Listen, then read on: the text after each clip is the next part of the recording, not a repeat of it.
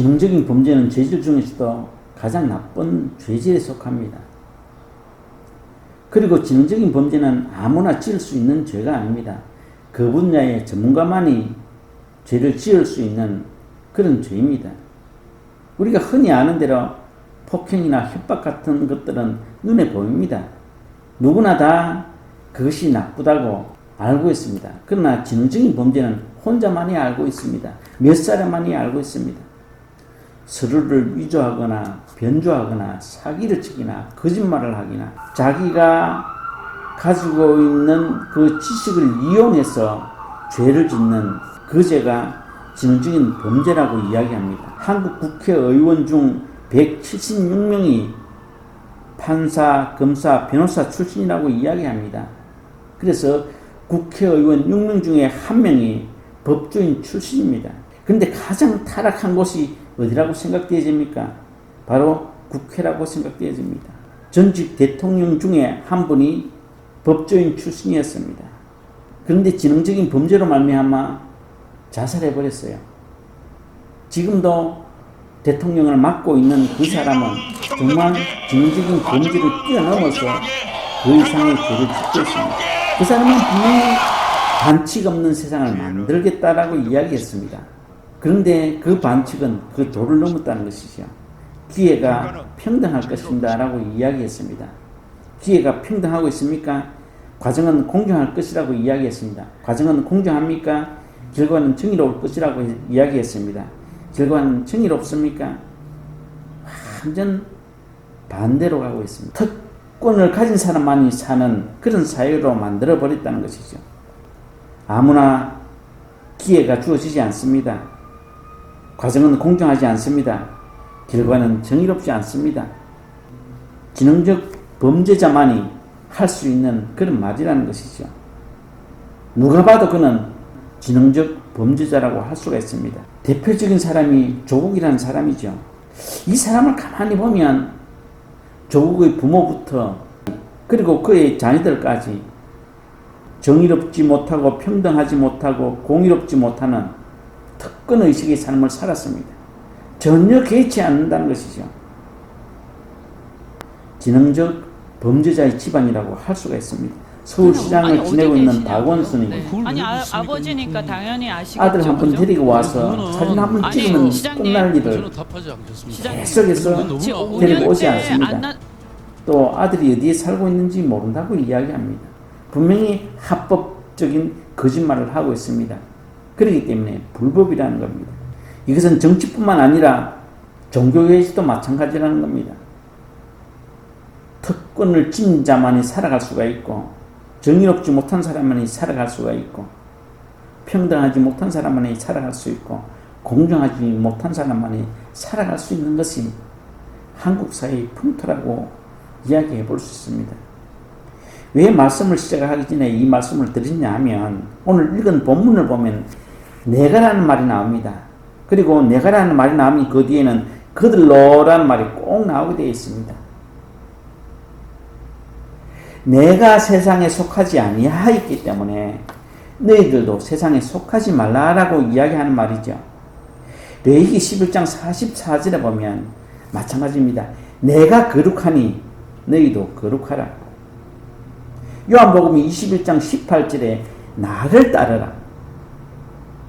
빌보서 3장 17절에 자기를 본받으라. 또 4장 9절에 내게 배우고 받고 듣고 본바를 행하라. 고린도전서 11장 1절 내가 그리스도를 본받는 자 같이 너희는 나를 본받는 자가 되라 라고 이야기를 하고 있습니다. 항상 성경의 말씀은 내가라는 말이 나오고 그 뒤에는 너희들은 이 사람들은 이란 말이 나오게 되어져 있다는 것이죠.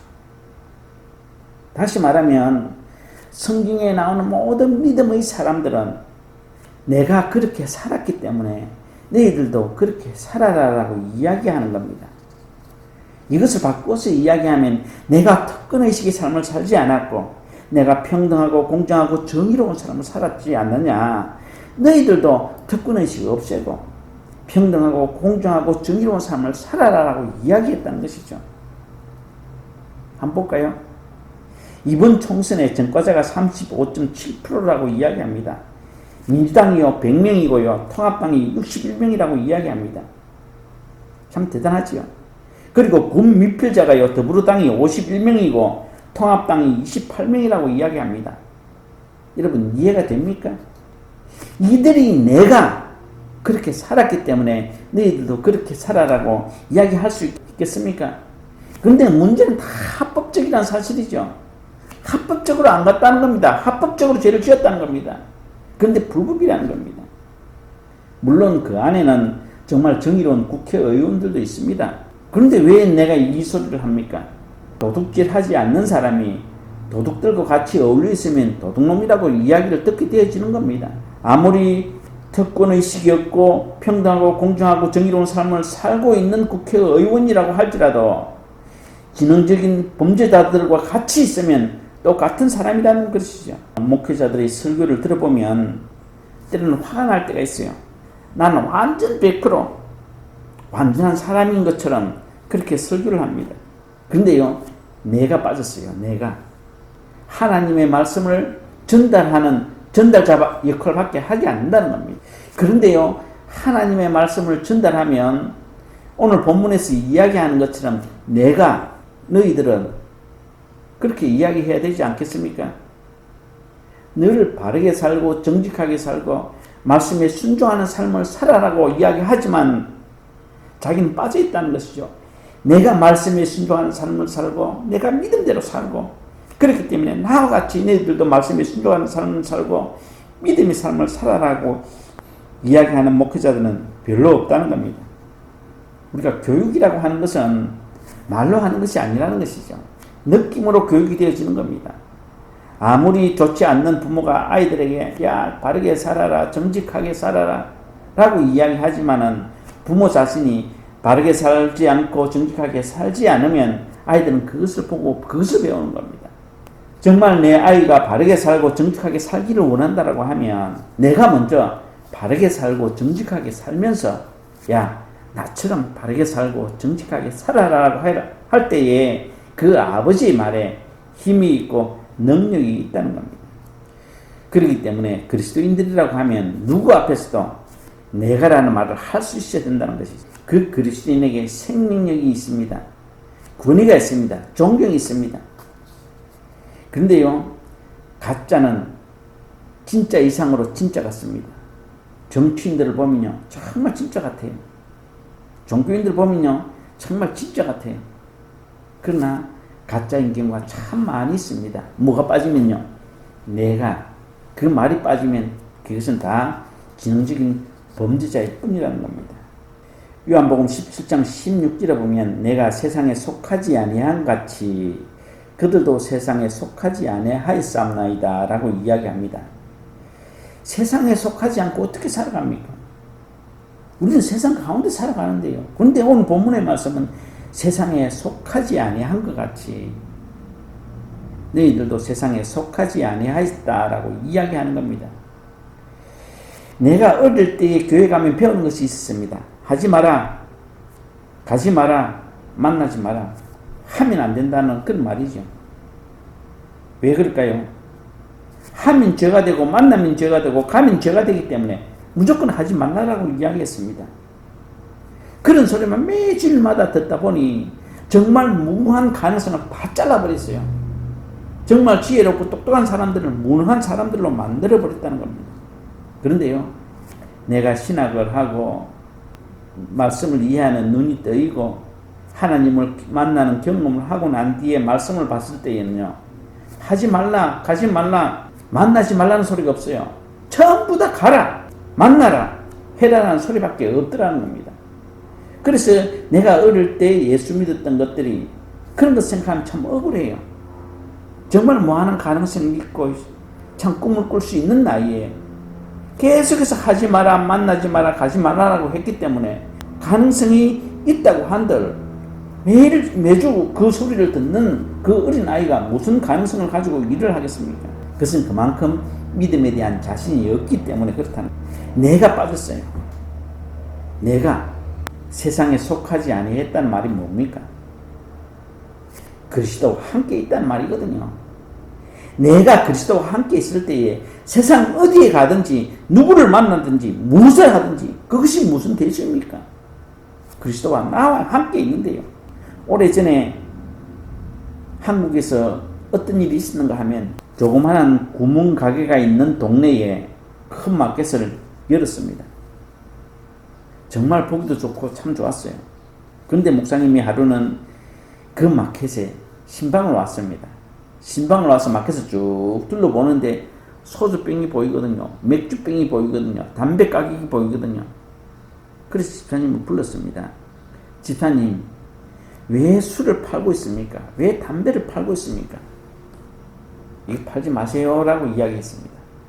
그래서 그 집사님이 목사님 말씀대로 술도 없애고 담배도 없애버렸습니다.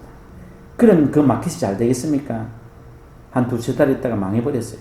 그 목사님의 말대로 술이 나쁜 거라고 하면 칼도 팔지 말아야 되죠. 설탕도 팔지 말아야 되죠. 망치도 팔지 말아야 되죠. 강도가 칼을 가져가면 강도 짓을 하잖아요. 설탕을 많이 먹으면 당뇨가 걸리잖아요. 이런 회개한 말로 그 집사님 평생 벌어놓은 돈을 하루아침에 망하게 했다는 겁니다. 세상에 속하지 아니하였다는 말이 그런 말입니까? 그리스도와 함께 있는 것을 이야기하는 겁니다. 내가 그리스도와 함께 있다라고 하면 어디를 가든지 무엇을 하든지 누구를 만나든지 그것이 무슨 걱정이 되는 겁니까? 제가 이런 이야기를 하면 좀 어떤지 모르겠어요. 흔히 한국 사람들이 꼬치친구 그렇게 이야기합니다. 그것은 어릴 때부터 같이 이렇게 자랐던 친구들을 이야기하는 것이죠. 정말 서로를 다 아는 그런 친구들을 꼬치친구라고 이야기합니다. 그런데 이런 친구들이 모이면 특징이 하나 있는데 만나면 욕입니다. 야, 이 새끼 저 새끼, 야, 이놈 저놈. 그것이 나쁜 것이 아니라 입에 그냥 배었습니다. 친근감이 하나의 표시이지요. 그래서 우리 친구가 7명이 있는데 정말 만나면 그렇게 시작을 합니다. 좋은 일이든 나쁜 일이든. 그렇다고 그 친구들이 나쁜 친구들이 아니고 정말 좋은 친구들입니다. 그런데요, 그 친구들이 나한테는 이 새끼 저 새끼라는 소리 한마디도 안 했습니다. 나는 그것을 이렇게 생각합니다. 내가 그리스도와 함께 있을 때에 욕하는 친구들과 같이 있어도 그들은 나를 안다는 겁니다. 저 친구는 예수 믿는 친구야. 다른 친구들이 이야기하면 야, 안 돼, 이 새끼 저 새끼 하지만 내가 이야기하면 그래, 좋게 생각하는 겁니다. 어떤 친구에게 그렇게 이야기했습니다. 야, 이제 교회 가야지, 예수 믿어야지 이야기를 하니 그 친구가 뭐라고 이야기하는가 하면 야, 덕이야, 내가 네 말 듣고 꼭 교회 갈게. 그런데 지금은 못 가. 왜? 어머니가 내가 교회 가면 제사밥 못 얻어먹는다고 내 죽고 난 뒤에 가라라고 그렇게 이야기를 해서 어머니가 돌아가시고 나면 그때부터 꼭 교회 갈게 라고 이야기를 했어요. 어릴 때부터 함께 자란 친구들 간의 관계에서도 그리스도와 함께 있으면 무엇인가 다르다는 겁니다. 그러면 친구들을 만나면 욕을 듣기 때문에, 욕 듣는 것이 죄가 되기 때문에 만나지 말아야 되는 겁니까? 세상에 속하지 아니했다라고 하는 말은 내가 그리스도와 함께 있다는 것을 말하고 있습니다. 그 다음에요, 17절에 보면 그들을 진리로 거룩하게 하옵소서라고 이야기합니다.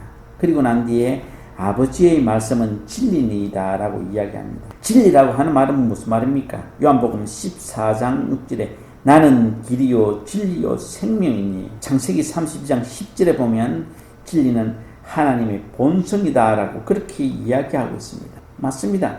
진리라고 하는 것은 곧 거룩한 것이고 거룩한 것은 곧 진리라는 겁니다. 그래서 그리스도인들이라고 하면 진리의 삶을 살아야 되고 거룩한 삶을 살아야 된다는 겁니다. 그런데 내가 그리스도와 함께 있다라고 하면 진리의 삶을 살 수밖에 없습니다. 또한 그 삶이 거룩해질 수밖에 없다는 겁니다. 그리스도와 함께 있을 생각은 하지 아니하고 나는 거룩한 삶을 살아야 돼. 나는 진리의 삶을 살아야 돼. 어떻게 살아갑니까? 내가 진리의 삶을 사는 것은 그리스도와 함께 있는 것이고 내가 거룩한 삶을 사는 것은 그리스도와 함께 있는 자만이 할 수가 있는 겁니다. 세계적인 추세가 지능적인 범죄자들이 판을 치는 시대에 살고 있습니다. 한국뿐만 아니라 이 미국도 마찬가지입니다. 정말 지능적인 범죄자들이 설치는 세상이 되어져 버렸습니다. 앞으로 점점 지능적 범죄자들만이 힘을 가진 그런 시대가 될 것입니다. 왜요? 그들의 말은 너무도 매끄럽고 좋기 때문에, 가짜가 진짜 이상으로 진짜처럼 보여지기 때문에. 특권을 없앤다? 좋지요. 정의롭다? 좋지요. 평등하다? 공평하다? 좋지요. 그 말이 다 쏙는 것입니다. 그런데 한 가지 할 수 없는 말이 있는데, 내가 특권 없이 살았고 정의롭게 살았고 공정하게 살았고 라고 이야기하지는 못한다는 겁니다. 내가 빠진 그런 사람들이 이 사회를 이끌어가고 이 교회를 이끌어가는 겁니다. 오늘 세상은 지능적인 범죄자들이 설치는 그런 사회에 살고 있습니다. 정말 이것을 생각하면 암울합니다. 중요한 것은 세상이 그럴지라도 나는 그리스도와 함께 살고 있으면 되는 겁니다. 그리스도와 함께 하면 되는 겁니다. 그러면 그것이 곧 진리의 삶을 살고 거룩한 삶을 사는 겁니다. 내가 거룩하려고 할 필요가 없고 내가 진리롭게 살려고 할 필요가 없습니다. 그리스도와 함께만 산다라고 하면 내 삶은 자연적으로 거룩해질 뿐만 아니라 진리의 삶을 살고 있는 사람이 되어지는 겁니다. 비록 세상의 기준으로 볼 때 예수 그리스도와 함께 살면 참 바보같이 보이고 미련한 사람들처럼 보일 수가 있습니다. 그러나 그리스도와 함께 있는 삶이 내가 진리의 삶을 사는 것이고 거룩한 삶을 사는 것입니다. 저는 엘리야를 생각합니다. 얼마나 힘이 들었으면 죽기를 소원했겠습니까? 그런데 하나님은 그 엘리야에게 야, 그런 소리 하지 마라. 아직도 바알에게 무릎 꿇지 않는 순교는 7,000명이 있다라고 이야기했습니다. 그럴 때 엘리야는 두말하지 않냐고 힘을 얻고 주님 사역을 끝까지 완성했습니다. 그렇습니다. 오늘 나를 바라보면 때로는 미련한 것 같고 어리석은 것 같고 나도 때로는 저렇게 했으면 분명히 나도 성공할 수 있었는데 그러나 그것은 하지 못하고 왜요? 그리스도와 함께 했기 때문에. 그렇지만은 나와 같이 믿음의 사람, 진리의 사람, 거룩한 사람들은 세상 곳곳에 숨겨져 있다는 것입니다. 내 혼자만 바보가 아니라 나와 같이 거룩한 삶을 살고 진리의 삶을 살고 믿음의 삶을 사는 사람들이 숨겨져 있다는 것을 우리는 알아야 되는 겁니다. 세상의 기준으로 볼 때는 바보 같을지라도 그리스도와 함께 있으면 그것같이 성공한 것은 없습니다. 우리는 이미 성공한 삶을 살고 있고 성공의 삶을 살아가고 있는 것입니다. 세상은 지능적인 범죄자들에 의해 통치되고 있습니다. 앞으로 가면 갈수록 더 할 것입니다. 가장 듣기 좋은 말로 우리를 유혹할 것입니다. 우리 딸이 2명 있지만은 저는 공화당을 지지합니다. 우리 딸들은 민주당을 지지합니다. 왜 그럴까요? 지능적인 범죄자들의 말에 다 현혹되기 때문에 그렇다는 겁니다. 한국도 그럴 것입니다. 그렇기 때문에 내가 그리스도와 함께 살아간다라고 하면 우리는 어디에서도 당당하고 뜻한 삶을 살아갈 수 있습니다. 우리는 내가 그렇게 살았기 때문에 너희들도 그렇게 살아야 된다라고 이야기할 수 있다는 것이죠. 그것이 바로 본문에서 이야기하는 거룩한 자의 삶이고 진리로 사는 자의 삶인 것을 기억하시고 믿음으로 승리하시는 여러분이 되기를 축원합니다.